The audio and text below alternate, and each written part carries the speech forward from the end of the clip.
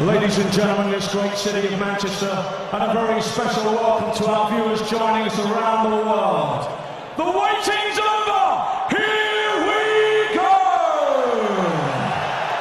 Introducing to you firstly, he's fighting out of the red corner. Wearing the blue trunks, two with white, weight in the Livingstone, 12 pounds, 6 ounces, undefeated, 19 contests, 19 wins, 5 inside the scheduled distance. Coming to the ring with the former undefeated British and Commonwealth super middleweight champion. He is the reigning WBA Intercontinental Super Middleweight Champion. Ladies and gentlemen, from Hammersmith, London, England, it's St. George Grouvsa!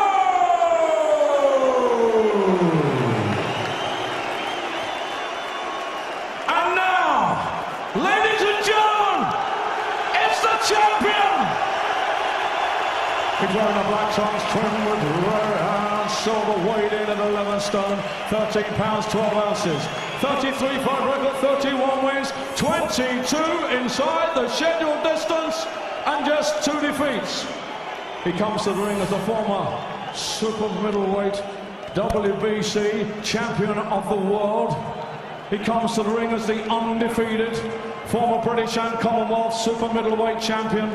Ladies and gentlemen, he has been involved in 11 World Championship contests. He is the reigning and defending WBA and IBF super middleweight champion of the world!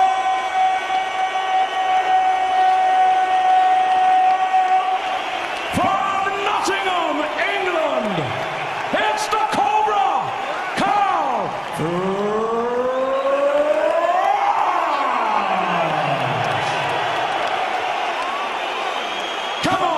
Get it going. 12 rounds of boxing for the WBA and IBF Super Middleweight Championship of the world. Well, Carl. Okay, fellas, spoke to you both in the dressing room. You both know I expect. Keep it clean, break straight away when told. Both you watch your heads in close. Good luck to you both. Touch gloves. Good luck, lads. Well, finally the talking stops. This one's been building and building. So too has the sense of anticipation in this arena. Karl Froch, been here, seen it, done it so many times. No mystery about him. What about this fella? How will he cope with the pressure? Jim, I've been watching him really closely during the preliminaries. He looks absolutely fine. I think we've got two guys in here, Jim, that both believe this is going to be their night. I've been impressed all the way through with Groves, even more impressed now. Froch has tried to strike terror into his heart over the last few weeks. Hasn't worked. He's up for it. Well, there's the Groves jab early. It's a big weapon of his. It's varied and it's spiteful. He said he'd be using it early. He talked about the 2 right hands he'd land in the first round as well. Froch laughed at him when he revealed that game plan. Something I'd like to remember, Nick, this fight was agreed to by Adam Booth. I know he's no longer involved, but Booth is a man who's known for having his fighters' welfare at heart, doesn't take chances with the fighters. The fact that he, who knows George Groves, fancied this job, maybe we should pay some attention to that. Look how confidently he started here, backing him up. I talked to Adam Booth not 2 hours ago, Jim. He said, I wouldn't have put him in here if I didn't think he could win it. Paddy Fitzpatrick, the new trainer, has implemented that game plan. He's not well known outside of the boxing business, Paddy Fitzpatrick, but he's a smart cookie, knows what he's doing. Countering well with the jab there, Groves. When he leads off, he's not finding the target, but he's landing with the counter. Good stuff.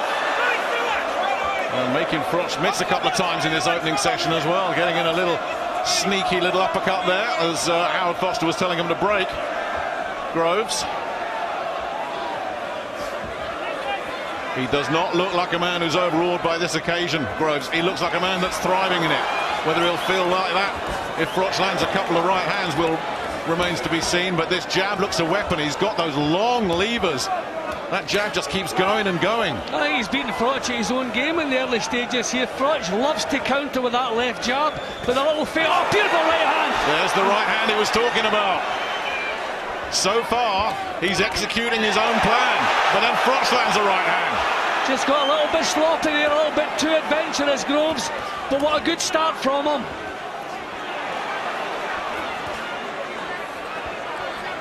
This is not an overwhelming surprise. He is a fast guy, fast fighter, quick hands, great timing, Groves. A lot of people thought, you know what, Froch will wear him down, but Groves will make a good start. A lot of people see Groves being ahead after 4 or 5 rounds. And Rob McCracken was saying that's one thing we don't want. We don't want this fella getting a bridgehead and building some confidence. Can a tentative jab from Froch, takes the right hand. He's not throwing the jab with confidence, Froch. He's struggling with the range and the nailed! Right hand! George Groves, timing perfect! Froch on the floor for only the 2nd time. What a shock! And this place has just become electrified. Well, he's tentative with his own punches and he paid the penalty. There's that right hand again. And Froch looks unsteady in his eyes. He was hit after the bell there. What a sensational start. And Froch looks shaky as he sits down. And Rob McCracken is going to have to give one of the great talks in 1 minute. But what can he do to turn this around? Because Froch looks all over the place in there. I was talking to George yesterday the way and I said any advice I would give you would show him in the first round that he's not the only puncher in there. Well, George Groves has done that and then some. That was terrific. Well, 60 seconds be enough to recover from that. Karl Froch, as we know, has got the toughest chin in the business, but he's throwing punches with no confidence and he's paying the penalty. And he took a big look out, look at his legs when he comes up there. He is gone there. He is gone there, and he took another big shot. But before the bell sounded, will 1 minute be enough to get him back together again? Unbelievable start from George Groves. Round 2. Well, he delivered on his promise at the press conference. Although he didn't go as far as to say he was going to have Karl Froch on the floor in the first round. And Froch was badly shaken. That was not shades of Jermaine Taylor, the other knockdown. Nick, there's a kind of nervousness about Froch's boxing even before the knockdown. You know, he's not throwing the punches with the confidence that we expect to see him. He is a worried man. He knows his reputation's on the line. He's been talking big. He's going to have to improve. Groves is terrific at the moment. Well, it's still early days, but Groves is dominating this. And the speed and the timing of that right hand. These little feints are good too, just making Froch right. Froch is looking slow. I said, Nick, if you come into the fight thinking you're in a different class from the other guy, it's a recipe for disaster. I wonder if that's the problem here with Froch. But Froch is a warrior. He's had to dig deep so many times. But look at the jab, he's toying with that jab. There's no confidence in what he's doing. And look at Groves. Groves is stalking him. Taking his time, not rushing it. Well, he knows he has the power. Oh, he's done it again! Terrific! He just looks so fast in there compared to Froch. Terrific speed and timing, and blocked him off there, but Froch is coming through, landing a couple of good body shots, took one himself. Takes a left hook at the end of it. Groves responded. Well, he's really been dragged somewhere horrible here, Karl Froch. Well, that's the second time Froch has landed a punch after the call to break. There's no rhythm in what Karl Froch is doing. So much adventure from Groves. He managed to get him there with a right hand counter to the body, but Groves just looks physically stronger as well. Looks like he can bully him. He looks so relaxed, doesn't he? All the strain, all the tension seems to be with Froch. That was a bit better from Froch. Got a jab through that just snapped the Groves head back a little bit. Froch just needs to get through this round, Jim, and I'm sure that's what Rob McCracken said. Just don't do anything stupid, get through. But he keeps getting caught by these right hands. Do you know, all through Karl's career, we've been telling him about the left hand being too low. All good fighters, good experienced fighters have talked about it, but he's been getting away with it, so we couldn't criticise it. But the right hand can't seem to miss here from Groves. And that's what he's thinking about when he comes forward, because he loves to come forward, but if he does come forward and walks onto one of those right hands over the top, well, we've seen what can happen. last few seconds of the round. I mean, there's no confidence in this jab from Froch. Look, he's toying with it as though he doesn't believe it's going to land. That just pulled him over there.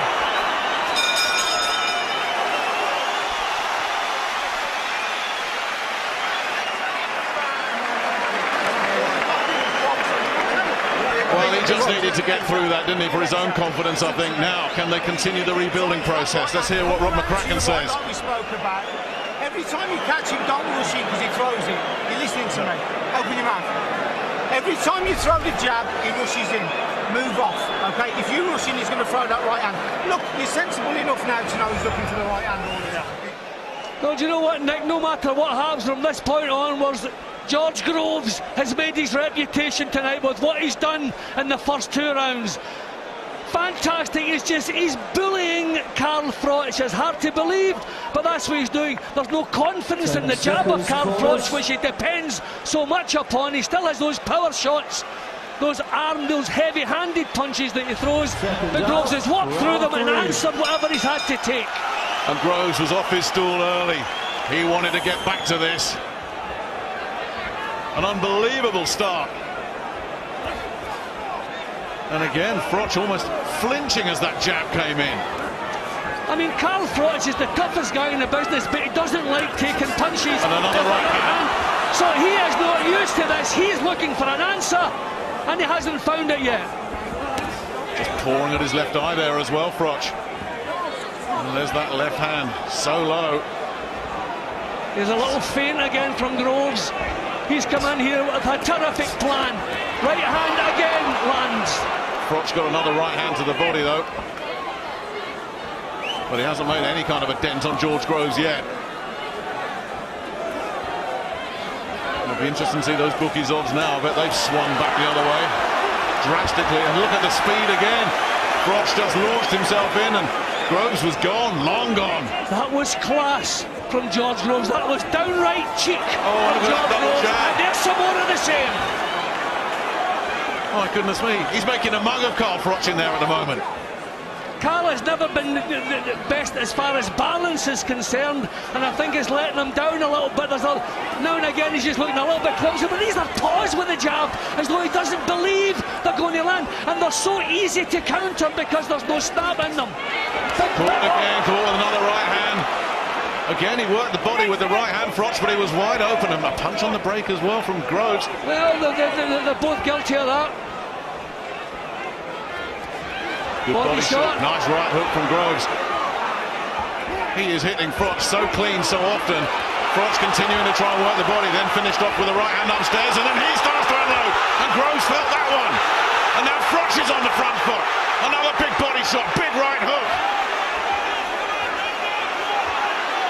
Well, this is Froch's kind of fight now, where he can use his physical strength, but he's taken a big left hook back.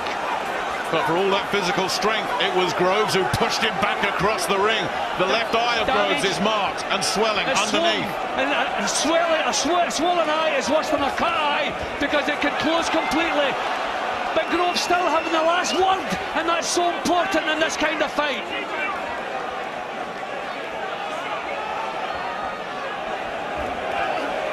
Again, a real lazy-looking right hand that Groves saw coming so easily, got well out of the way. Groves' defensive boxing is spot on. His concentration is admirable.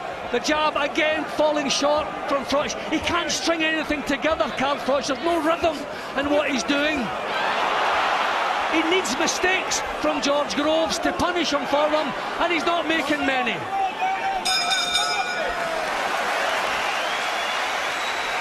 Absolutely gripping stuff. And here's Paddy Fitzpatrick. Mick Williamson has got to go to work on that eye. Now listen to me. Fitzpatrick, speaking to him yesterday, he was so calm. He talked about all George Groves' strengths, all Karl Froch's weaknesses, and said they match up so well. There was a good response from Froch for a few seconds in that round, but I still feel Groves looked the boss, looked to producing the better work, and the main thing is he answered whatever Karl Froch threw at him. He was shaking himself.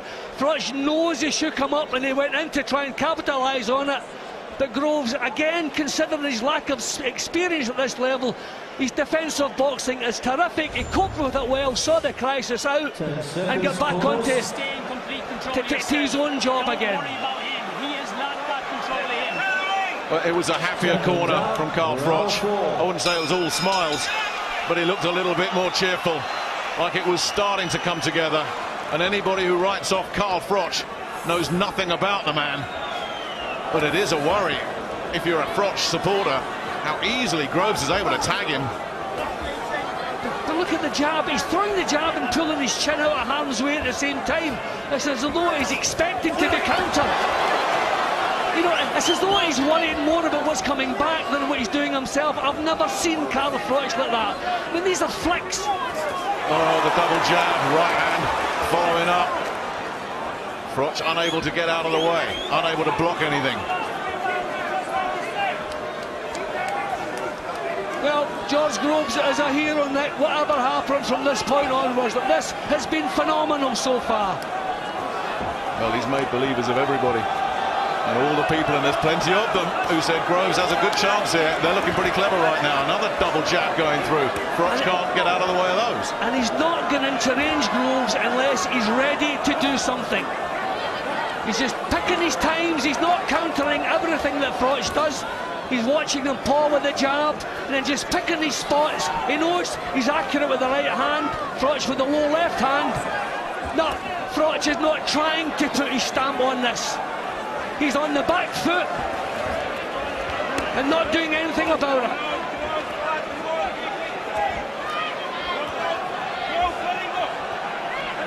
Wants to break them up here. They're both kind of holding and wrestling. Yep. Wants to break them up. Howard Foster gave him every chance. Froch looking over to the corner there, as though for some assurance or some advice. We never see that. Well, you talk about the two trainers. Groves makes a big point about saying, look, I'm in there on my own and that's how I am. Whereas Karl says, I need Rob McCracken around. I'm not here. I'm not at the level I'm at if it's not for Rob McCracken. And how he needs that guidance and support and encouragement right now. He's just second best in all phases. Little flurries, little flashes of defiance from Froch. Good body shot. Ever count him out. Good body shot. Ward hurt Froch to the body a few times. Right hand again working.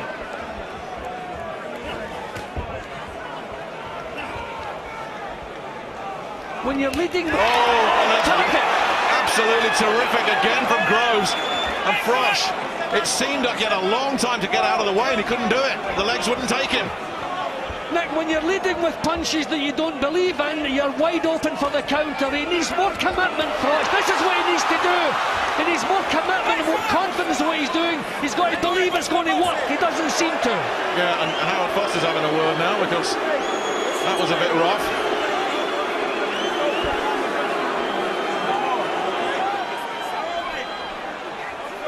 So that just calms everybody down. But again, Jim, just for that moment there that Groves was pushed up against the ropes, he just bulled straight back and he's shoving Froch around this ring.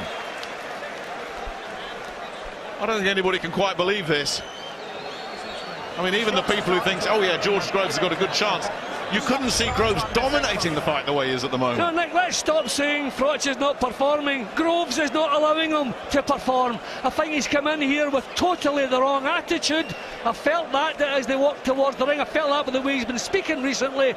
His reflexes are slow because of his attitude. He's making mistakes and he's been punished for everyone. Now and again with his heavy-handed shots, he's getting a little bit of success, but not tying anything together. The right hand, he's moving straight back, he's making mistakes he's been getting away with for his whole career. He's not getting away with them tonight. Look, I'm stepping straight back there with his hands down. Seconds up, round 5. Round 5 of this 12-rounder. Karl Froch defending his WBA and IBF super middleweight titles in his 11th world title fight.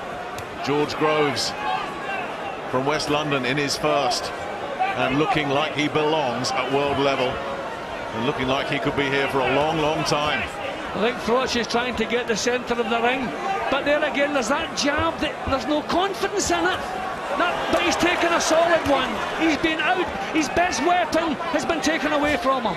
Well, that was was a bit better from Froch. But he still took a left hook in the process. Groves has answered everything that's come his way.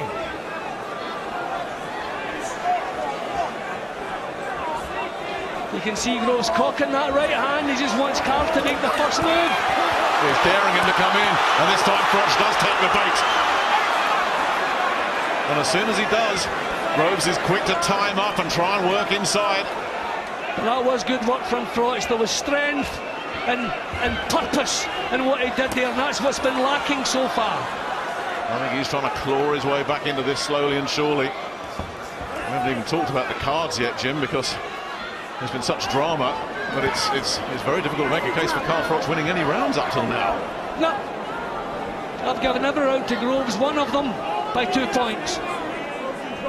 The Froch is trying to claim the centre of the ring. He's trying to make it his kind of fight. But where's the fire? Where's the belief? That right hand missed from Groves.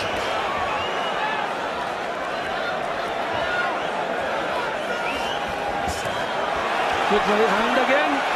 Working a treat.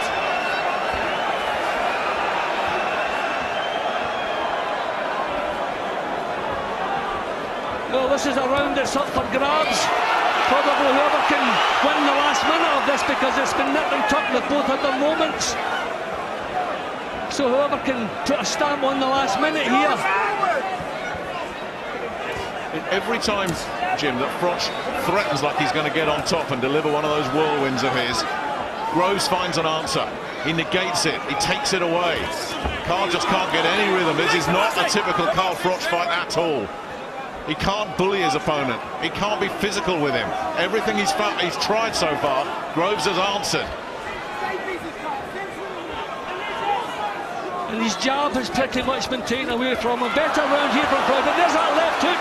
You have to be impressed the way Groves answers everything that Froch comes up with. Exactly. But this has been a better round for Froch. Not a lot to split them, but at the moment I'm leaning towards Froch for the first time.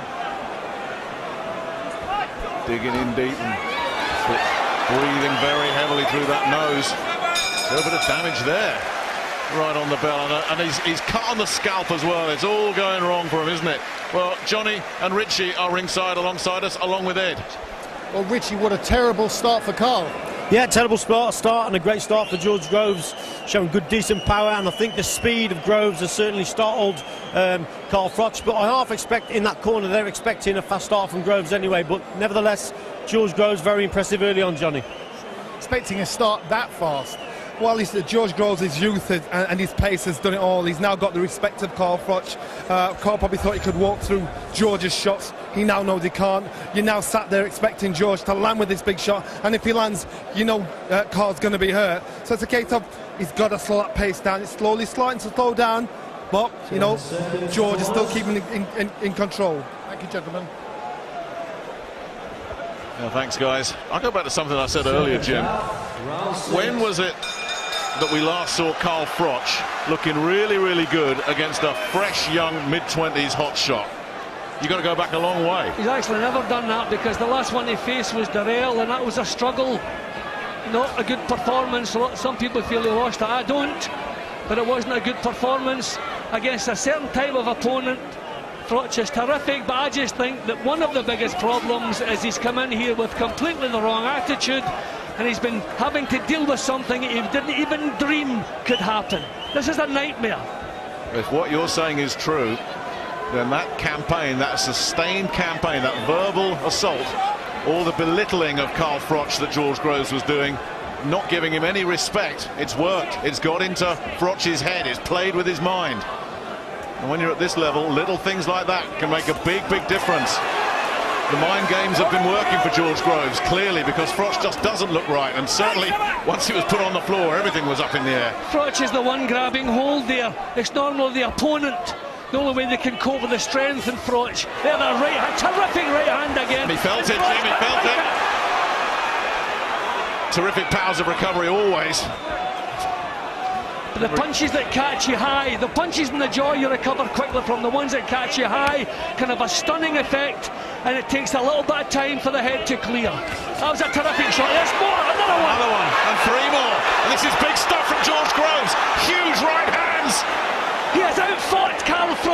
outburst. He completely outfought him.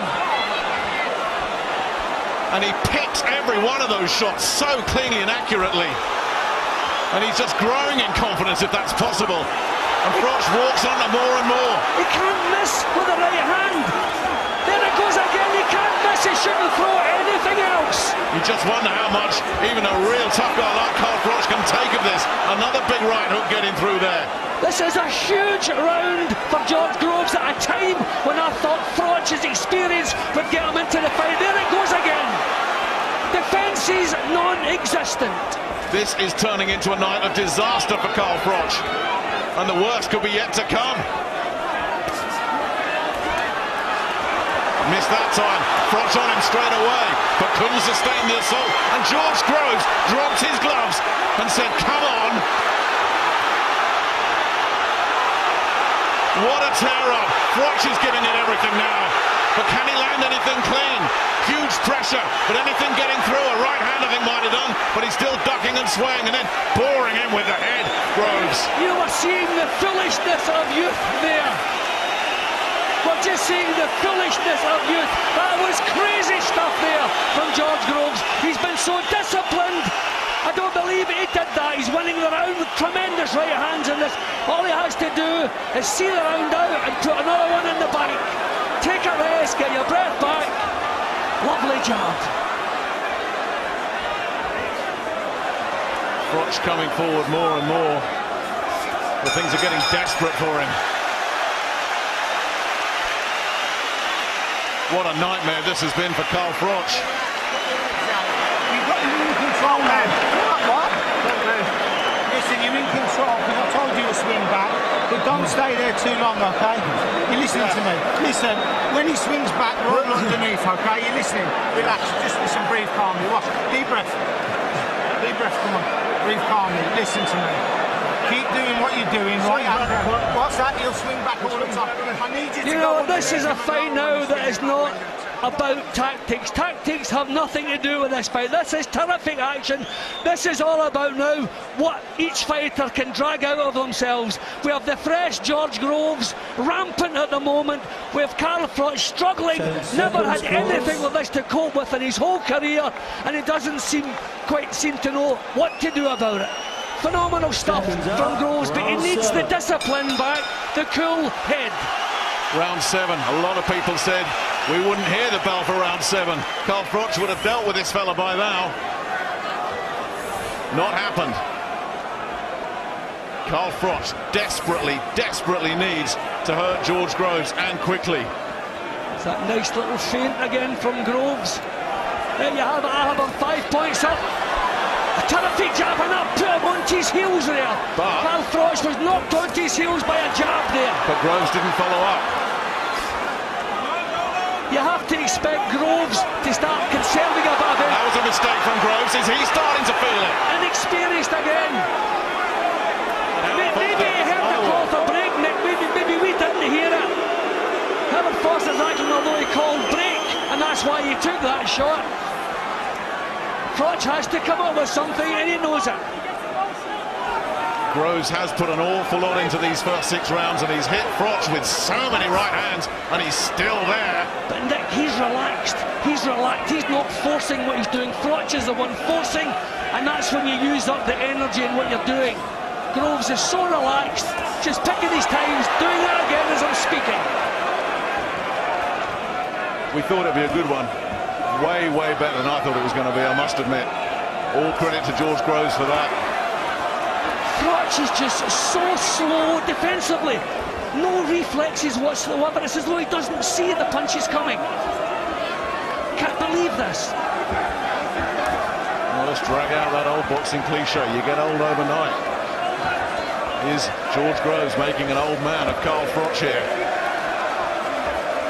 I mean, these are jabs. Nowhere with those jabs. They're jabs that are asking to be countered. Off balance, reaching with them, and no confidence that they're going to land. I can only assume he's trying to set up the right hand, walks onto a jab himself. But these jabs, you can only assume it's the right hand he's trying to find a route for. But not far. Beautiful stuff. And Froch was shaken to his boots again by that right hand.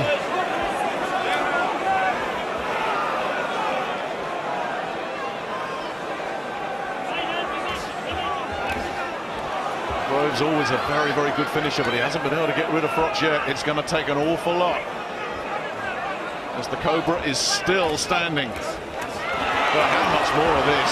Getting the body shots in reply there, Froch. Almost like now he said, well, I can't stop these right hands, I'm just going to have to take them and accept them and try and get some damage done myself. But Groves so relaxed, it's as though the punches are coming out of their own accord, so perfectly timed, everything done at the right time, and he's got his head screwed back on again, we're pleased to say. Well, his timing is outstanding. Breathtaking. I think Froch is expecting to be countered. I mean, look at the jab, reaching with it, and he is countered. But he's pushed him back right on the bell. And again, George Groves didn't really take anything too heavy there. Well, David Hay warned us, he told us Karl Froch was not going to have it all his own way, far from it. David, you've been proved spot on so far. Yeah, you never know how someone's going to cope at top level until they're at top level. And George, you would never in a million years believe George was the challenger in this fight. He looks like the two-weight world champion here, and Karl Froch looks like the challenger, missing widely and not getting a grip of the fight. You know, George, he's doing everything I've seen him do in training. I said before, I wasn't sure whether he could do this at this level. I've seen him in the gym doing this stuff. Everything he's doing here, I've seen him do it for years. And I just, you know, I didn't know whether he could do it on the big stage, and he's proved tonight, no matter what happens from here on out, he's proved that he can perform at world level and at an amazing rate, pace, everything has been punch perfect so far. You know, a few more rounds to go, but he's doing everything right here. Absolutely spot on. And you called it, David. You know him better than anybody, or as well as anybody. He has stepped up, whatever happens now, he has stepped up to elite level. The right hand, arguably, he's just taken. I saw that one, but that one was in the chin. That was a beauty from Froch, that was bang on the chin. And again, he went in with his head there, here. Groves. That he seems okay, but that was bang on the chin. It's going to take something like that from Froch now. He's so far behind, you would think. There he is again, and he's shaking him up again, and Groves is in a bit of trouble now. And Froch trying to bully him and rough him up. And Howard Foster's got his hands full here. Well, this is a time Groves needs a cool head. Karl went in with the forearm there. That was a little bit cynical. The forearm and the elbow. So, but I think Groves will be happy with a little bit of respite, because I think he's been caught with a couple of solid punches in this round. Sign of desperation perhaps there from Froch. He'll do anything now to drag himself back into this round 8. But just a couple of signs in the last couple of rounds. But Groves is starting to feel the weight of these Froch punches. He has come off the pace a little bit, Groves, but he's still doing the right thing. Good work there. Slipped inside that right hand, got him with a nice sharp left hand counter as well. And then very quick to time up, but Froch getting free, and Froch starting to rough him up a little bit. George Groves cannot let that happen. You don't let Karl Froch get on top of you and overwhelm you. That's asking for trouble. Well, inexperience can be his only enemy tonight. George Groves, he's doing silly things now. He's forgetting about his defences. He wants to show the macho, but there's no need for that. He's macho enough for everybody. This is a round that's in the balance. Froch started well. Groves is coming back at him. Good solid jab from Groves. Well, this is another round at the moment that seems up for grabs. They've both produced. Froch has gone right off the gas. Then he launched in, and it was a bit rough and a bit crude. Another big swinging right hand from Groves. Sends the spray in, but then look at the response from Froch, and more trouble. You know what? That could be a point off. That could be a point off. I think that could be a point off. He heard noise warning the two of them, but Karl Froch was the one there, and that's the last thing he can afford tonight. But that was cynical. He heard the call to break, and he carried on with 3 punches. That should have been a point off. Well, he'll resort to anything now, Froch. It's desperation time. 20 seconds left in round 8. Groves tags him again with one of those right hands over the top. Froch charges after him. Groves gets away again. Doesn't want to stand and trade with Froch in this mood because he's desperate. Yeah, but there are times when Groves has actually out-fought Karl Froch. I'm swaying towards, I think, the best punches Froch landed tonight in that round were illegal punches. So maybe this round, which was close, is turning back Groves' way. Tough one to score, this one.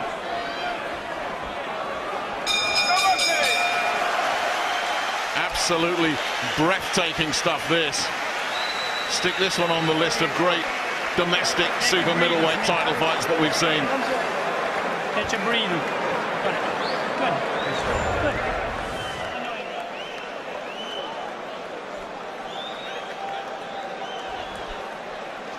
No, well, Froch made that round his kind of fight. They both had good spells. But once again, Groves, who made silly mistakes. Now, that punch wasn't as bad as we first thought because it kind of caught him in the back of the head. So it wasn't a legal shot. Yeah, that just kind of knocked him off balance. But he's losing concentration, and that was the kind of cynical elbow from Froch. So Froch lucky not to have a point deducted in that round. Rough house from both guys. It's that kind of fight, and I tell you, Nick, what a fight it is. It really is. There's not a whole lot of respect between the two of them in there right now. But I hope there is, and there should be, when it's all done and dusted, because this has been an epic fight so far. And they're booing Howard Foster, but Howard Foster is doing absolutely the right thing just to try and calm this down, because it's been threatening to overheat once or twice. I don't think, even if he loses a point, Froch, I don't think it makes much difference now. I can't see him getting a points win here, but don't forget, you know as well as I do, Jim, you know better than I do, Froch is dangerous till the last few seconds. Just ask Jermaine Taylor. Yeah, well, normally, you know, he saves stuff in the tank. When he was going through the Super 6, he saved stuff in the tank. He hasn't been allowed to do that. Groves has been on him right from the start and made him fight in every round. The pace is slowing down now. So, beautiful shots again from Groves. Froch knows they're coming, but he can't get out of the way, and there was a little left hook got thrown in there just for good measure as well. Well, Froch certainly has proved his toughness. He says he can't be knocked out. I'm beginning to believe him because he's been hit with several knockout punches. And they're still coming from Groves, and still Froch is standing tall, and then lands a right hand of his own, and Groves has wobbled. Groves is in big trouble now, and Froch senses it, and Froch is going for the finish, because Groves' legs have gone.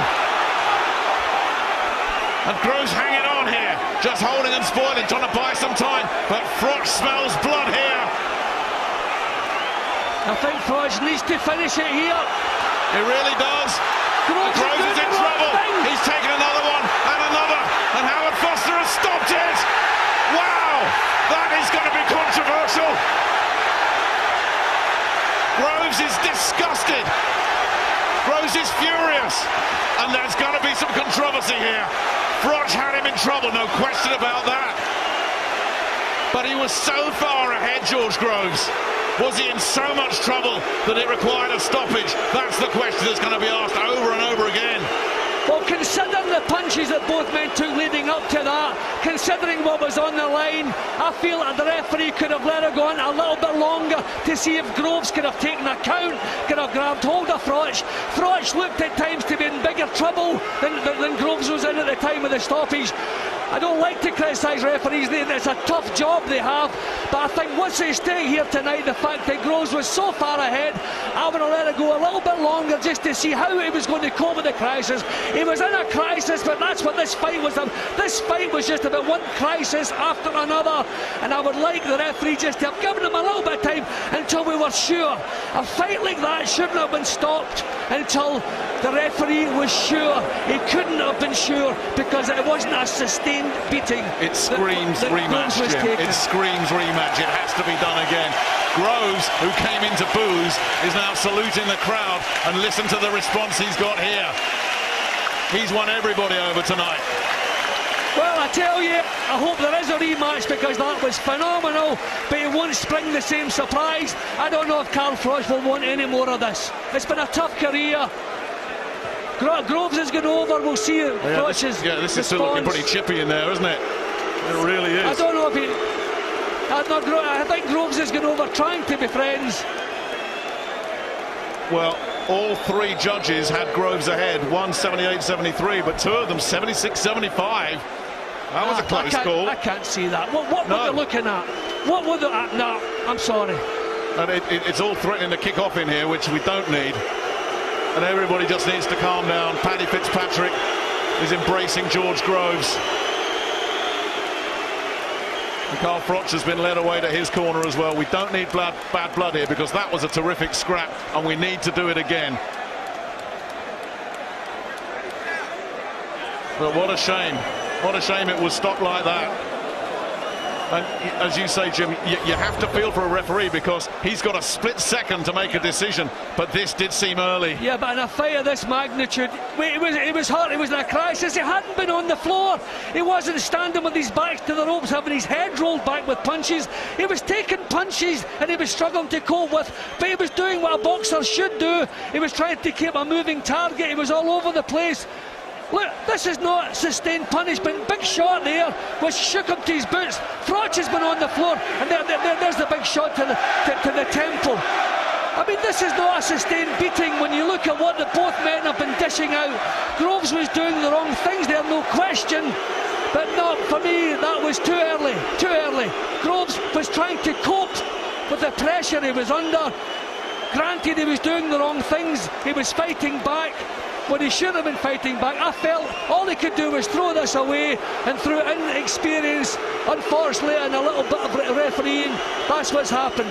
I'll be honest, Nick, I'm not sure he would have gotten through that crisis. I'm not sure he would have got through it, because he was badly shaken, but he deserved time to let us find out. Yeah, absolutely. He was unravelling, there's no question about that, and Froch is a brutal finisher as well. But I wonder if Howard Foster will look back at that and say, I wish I'd just delayed it. But then again, if you do and he gets hurt, then everybody's going to criticise him for letting it go on too long. It's a tough one. There were terrific punches he was taking, and he was getting caught clearly on the chin. It was worrying. I'm not saying it wasn't a worrying scenario. I wouldn't like to have been the one who had to deal with it. But what was at stake? I mean, Groves, if he had gone on the floor, you know, the 8 seconds cleared his head, if he had got a hold of Karl Froch, through his lack of experience, if he come up with the right answer. He did everything wrong here. He should have been grabbing hold. He was trying to punch back. That's the macho thing of youth, when experience would have told him, take a knee, grab hold of an opponent, nullify, go through the crisis. He did all the wrong things, and there couple of punches still going in after the fight was over. But what a terrific fight, and Groves leaves this ring with a reputation. Karl Froch, to his credit, has beaten a man tonight who was better than him tonight, and I suppose that's what being a champion is all about. And he may well have gone on and finished that job, but George Groves deserved the opportunity to try and weather that storm and ride it out. And I go back again to those scorecards, Jim. 2 76-75s, that's just staggering, absolutely staggering. Groves was outstanding tonight. That's what we're going to remember out of this one. That and the stoppage. Froch has got away with one tonight. I'm starting to worry about scorecards, like I don't know what the answer is. Do we let them fight to the death or whatever? I mean, this is, how could anybody only have Groves 1 point up? Karl Froch's corner knew it was well away from him. Now, still, we don't need points, don't matter anyway. Froch got the stoppage. And I sympathise with the referee, Howard Foster, because it was a tough call, but what was at stake and what had been dished out leading up to that? A situation that I would have hated to be in. I would have hated to be the one who had to make that decision. Absolutely. And I'll re-ask the question that you just asked there. What on earth has tonight taken out of Karl Froch? Yeah, he's hung on to his belts, but at what cost? That was a hard night for him. An absolutely terrific scrap. Really good stuff. More than surpassed its billing. And I hope these two can just show a bit of respect to each other at the end of all this, because that was too good a fight for it to end on a sour note. Sadly, it has ended on that note, and this will reverberate for weeks and weeks and weeks. The bottom line is Karl Froch came in with 2 belts, and he's going to take them home, but you can hear what these fans here in Manchester think about that. Ladies and gentlemen, 1 minute and 33 seconds of the 9th round. Groves in no position to defend himself, therefore your winner, and still the WBA and IBF super middleweight champion of the world, the Cobra, Karl Froch. And let's show our appreciation for St. George Groves.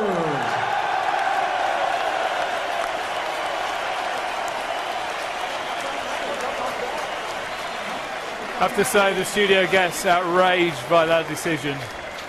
Glenn McCrory, your reaction? Absolutely disgusted.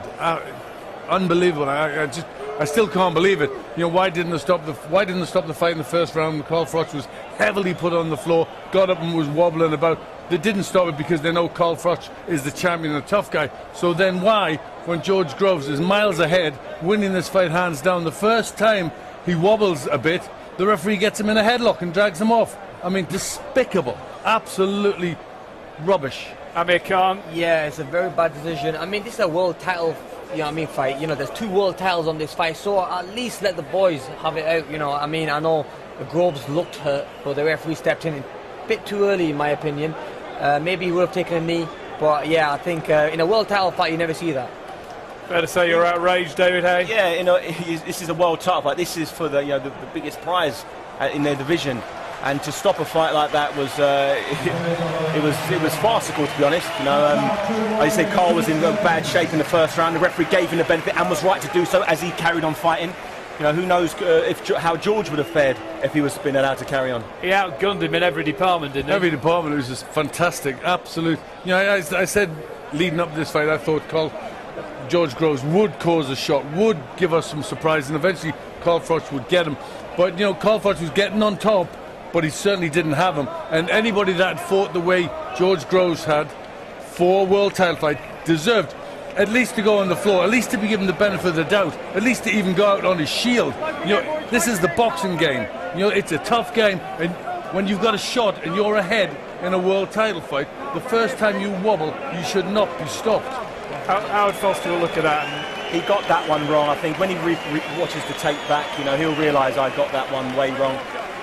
But you know, it's a strange scenario. You know, I'm friends with both of the guys, and what I wanted from this fight was a clear victor, someone to win clearly. I didn't really want this controversy, you know, because it sort of leaves a great fight as it was going on. It leaves a bitter taste in your mouth. I mean, it was a terrific fight, terrific drama. It was an amazing fight. A lot of people thought Froch was going to walk through Groves, but Groves rose to the occasion. And you know, you see in the early rounds when he was putting the pressure and hurting Froch, you see Froch looking into the corner, you know, for advice from the corner. You know, you saw that. So, but it's a shame the way the fight's been ended. I mean, it was a cracking fight till the referee just stepped in.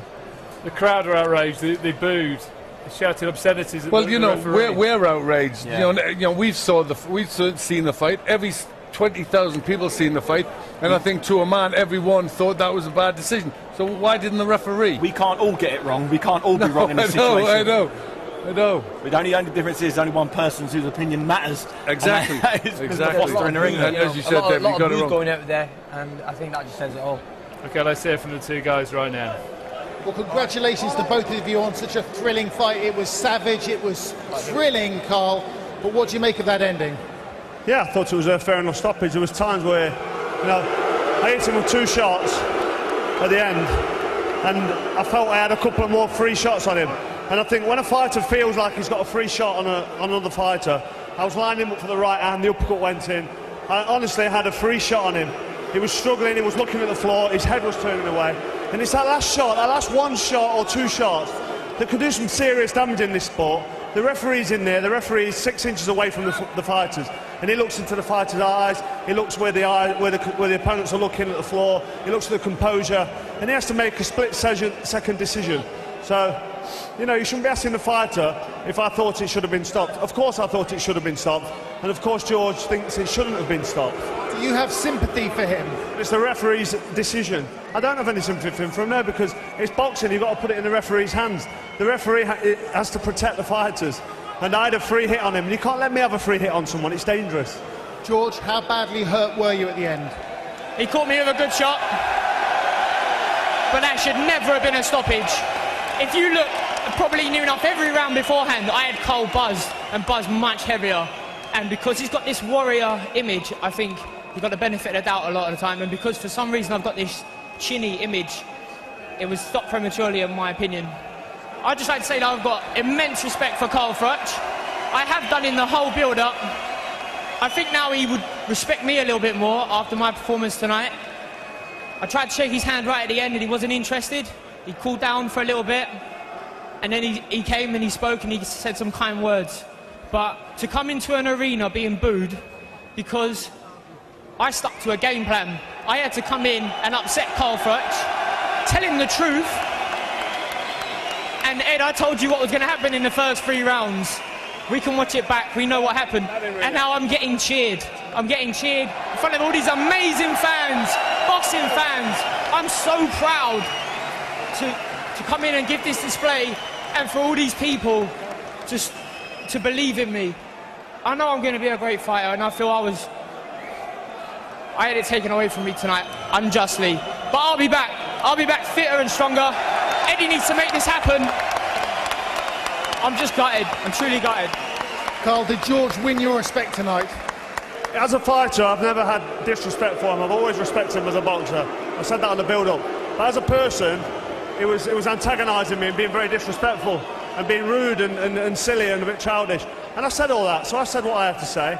And I'm a man of my word. I stand by my conviction. I'm not going to go in there and have a fight with him. I respect him as a fighter. He's a good fighter, and I know what he can do. I've seen him fight time and time again. He's coming to the fight unbeaten. And he's definitely earned more respect from me as a fighter in there tonight. More respect. I already had respect from him as a fighter. As a person, he's been very, very childish, very disrespectful, and a little bit stupid and downright rude.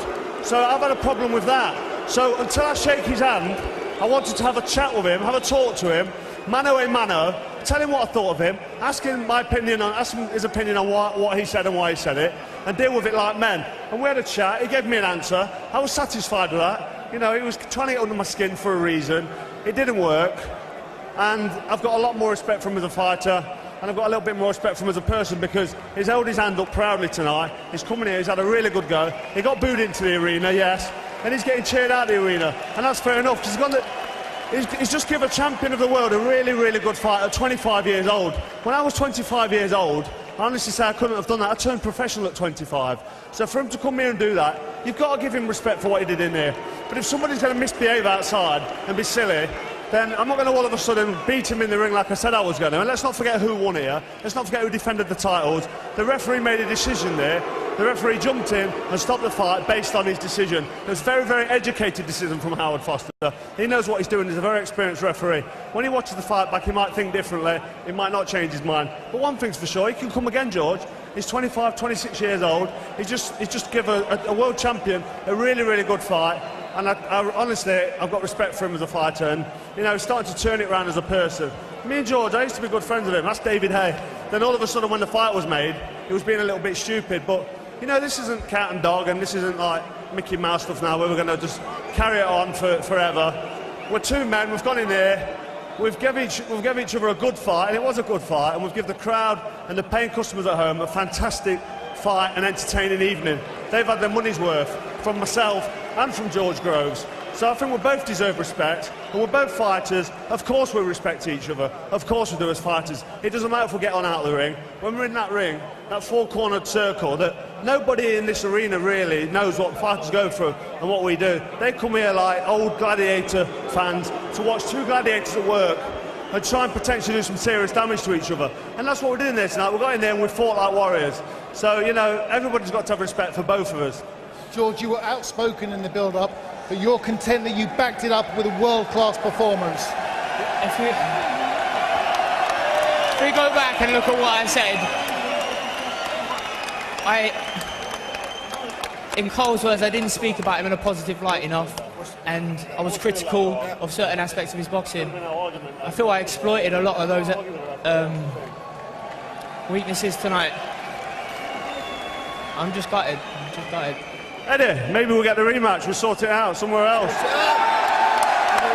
Promoter Eddie Hearn, there will be calls for a rematch, won't there? It was a very exciting fight and controversial. Listen, whatever you think of the decision, both fighters need a huge amount of respect. You know, like Carl says, no one knows. Both fighters put everything on the line tonight. You know, they both deserve a huge amount of respect. For George, he was sensational. You know, I think he shocked everyone by his performance. Everyone knew how good he was. But for Carl, you know, you're talking about a man who just dug so deep. He looked beaten in the first round. You know, he went down. I've never seen him down like that before. George Groves did that. And for these two guys to go at it like they did, the rematch is the one that makes sense. I think everyone would love to see it. Carl, how badly hurt were you in the first round, and did you underestimate George a little bit? I'll be totally honest, I've only just remembered that I got put down in the first round, so I must have been quite badly hurt. I'm honest enough to admit that. I came out cold, he caught me flush with a shot. I don't actually know what he hit. I think I stayed there, I think my feet held, and hit me with a right hand as I backed up. And it was a good shot, but you know what I'm like, I get up, I carry on, I spit out the dust, and I get stuck in. It's as simple as that. And that's why everybody loves me. You know, there's a handful of people here tonight who are booing, but I gave everybody in this arena tonight massive entertainment. I can't be held responsible for what the referee does. He's a professional, experienced referee. So you've got to give us fighters a break, you know, and appreciate that we're in there to do our job, and the referee's in there to do his job. And that's what we both did tonight, and that's what the referee did. George, will the public demand the rematch? I think so. I think we put on a good display. I think everyone here, although they're not happy with the decision, they probably would have enjoyed the fight. I want to say a special thank you to Paddy Fitzpatrick, who helped me in a time of need. 10 weeks out from a fight, I went to him and said, I've got a big fight coming up and I need your help, and he did. Gary O'Connell over there, State of Mind Fitness, he's been sensational. He's completely wiped his diary to take care of me, and everyone else has helped me get to this position. Do you feel like a moral victor? I'll be back, I know that. Just like when I spar people, when I fight people, I get confidence. I came into this fight supremely confident. If we had a rematch, I'd feel no different. I'll come back better, stronger, and I hope I get that chance. Well done to both of you. Well, he came in as the villain of the piece, didn't he? But George Groves walks away a hero, and surely that has got to happen again. Reaction from our studio guest coming up in just a couple of minutes' time.